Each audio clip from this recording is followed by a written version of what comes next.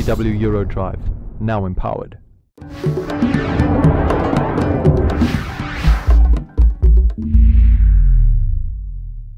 From Creamer Media in Johannesburg, this is the Real Economy Report. Our top stories this week. Acsa launches the OR Tambo Airport Management Centre.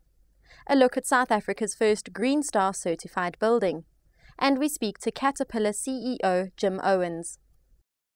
Airport Company South Africa has officially launched the OR Tambo International's Airport Management Centre. Jacqueline Holman has the story. The Airport Management Centre, which has been operational since May this year, has already resulted in an improvement of departure times and airport efficiency. OR Tambo International's Director of Operations, Bongani Maseko, explains the purpose of the centre. The purpose of the AMC is fundamentally to improve the performance of the airport. By improving the performance of the airport, we enhance the experience of the passenger coming through the airport.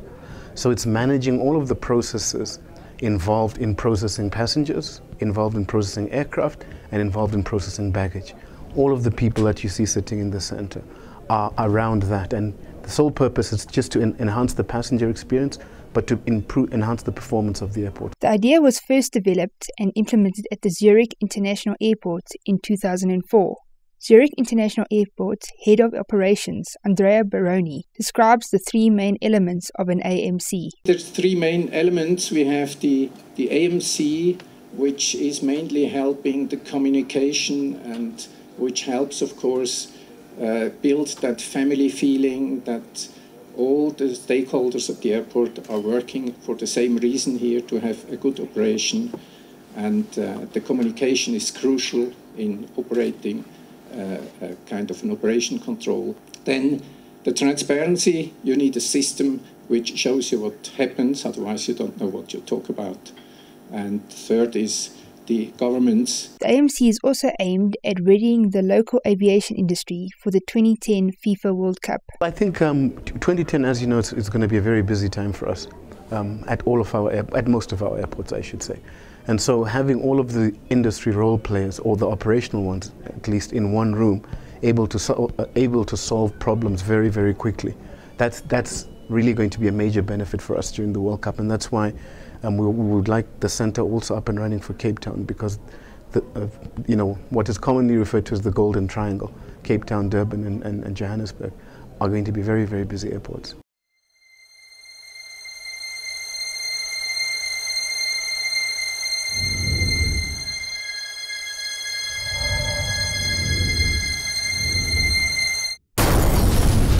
SEW Eurodrive, now empowered. South Africa has its very first Green Star certified building. Christy van der Merwe was at the roof wetting celebrations of the office building.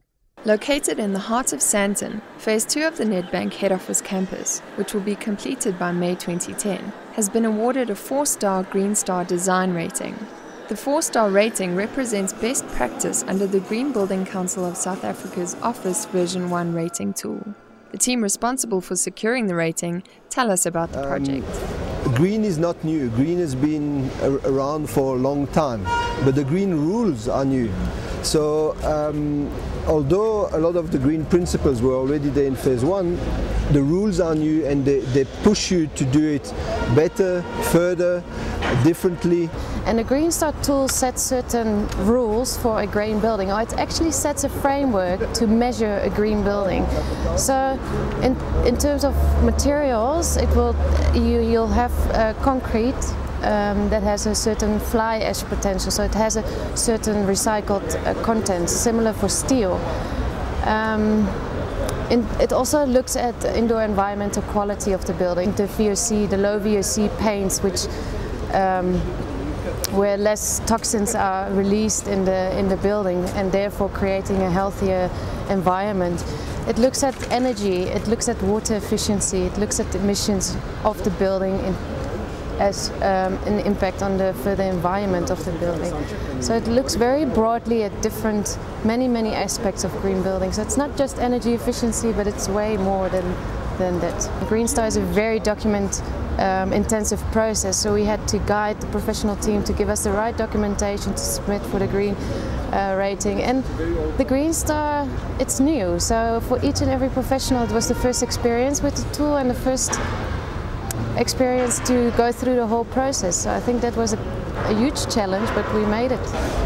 There is a significant cost in going green, especially when you're the guinea pig like we've been, being the first building to be rated.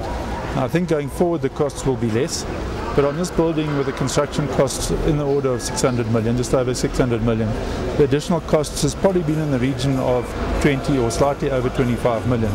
So that's 3 to 3.5% cost increase on the building. But I think going forward that cost increase will be less, and even on this project we found there ways we could have probably done things better.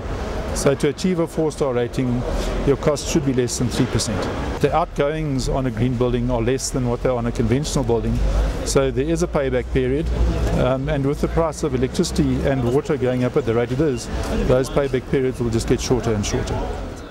There is a 75% chance that the world economy will emerge from the current recession to see some growth going forward, even if small, says Caterpillar CEO Jim Owens. Irma Fenter has the story. Visiting South Africa from the US, Owens, an economist by training, says it is likely the world economy will recover going forward, even if growth will be relatively anemic. He says any growth is likely to be led by high infrastructure needs and urbanization, particularly in emerging economies such as India and China. These economies are at a stage of growth now that there's a significant emergent middle class and rising standards of living. And so they're in a kind of a commodity-intensive phase of GDP growth in their economic development. And this would be true particularly for China and India, but also Indonesia, most of the rest of South and Southeast Asia, big population centers, good parts of Latin America, parts of the Middle East, the southern cone of Africa, South Africa, and hopefully working north, and parts of Eastern Europe and the CIS. So it's a very interesting period of economic history we're getting ready to go through, and the global growth is going to be led by this emerging market theater, which should be thought of differently than it was in the past, particularly because of the emergent middle class in those countries in the stage of economic development. However, Owens, who also serves on US President Barack Obama's Economic Recovery Advisory Board, highlights that the world economy is not out of the woods yet and that a 25% chance exists that the recession will deepen. Things could fall apart. The big risk, we think, particularly are in the developed economies. Non-residential construction hasn't plummeted as much as residential yet, but that shoe could yet drop and be ugly. The bigger risk probably are central banks getting too concerned about inflation and raising interest rates rapidly and early before the recovery really gets a grip. And I think, not stated on here, but maybe the biggest risk of all is nationalism and protectionism rearing its ugly head. In the last Great Recession of the 30s, it turned to a depression because countries turned inward. And now for a sneak preview of this week's Engineering News magazine. In our cover story, Public Works Minister Jeff Deutsch says that he is confident that the target for 500,000 jobs set by President Jacob Zuma will be met by the end of the year. We report the details of South Africa's cancellation of its A400M military airlifter contract. And the first of 2 units of a 100 million rand 7-megawatt hydropower plant near Bethlehem has been launched. And in Mining Weekly this week, in our cover story, we report that illegal mining is now recognized as organized crime by South African courts. We report that the Zimbabwe government has withdrawn the coal mining concession it had awarded to Zimbabwe Power Company.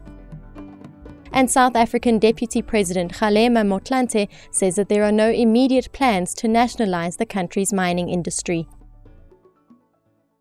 That's Creamer Media's Real Economy Report. Join us again next week for more news and insights into South Africa's real economy.